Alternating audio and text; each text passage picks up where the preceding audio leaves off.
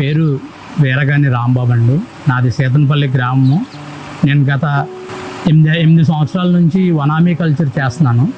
ఈ vannamei culture నేను చేస్తాం మొదలెట్టిన తర్వాత ఒక 5 years నుంచి నేను బే వైట్ ఫీడ్ వాడటం మొదలుపెట్టానండి.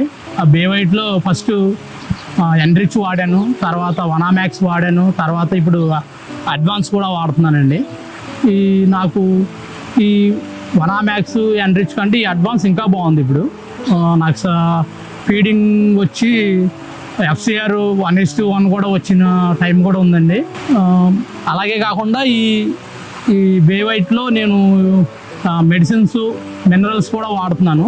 ఆ మెడిసిన్స్ VC9 నేను బ్యాక్టీరియా లోడ్స్ పెట్టించినప్పుడు బ్యాక్టీరియా లోడ్స్ ఉన్నాయండి. తర్వాత VC9 కొట్టించిన తర్వాత 2 days తర్వాత మళ్ళీ లోడ్స్ పెట్టించాను, 0కి వచ్చినాయి.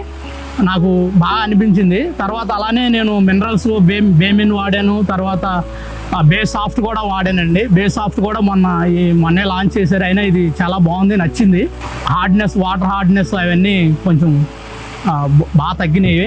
న్యూట్రిపాండ్ మైక్రోసిస్ట్ లైట్గా కనిపించినప్పుడు న్యూట్రిపాండ్ వాడానండి. న్యూట్రిపాండ్ కూడా నాకు న్యూట్రిపాండ్ వాడిన తర్వాత మైక్రోసిస్ట్ కూడా కొంచెం తగ్గింది.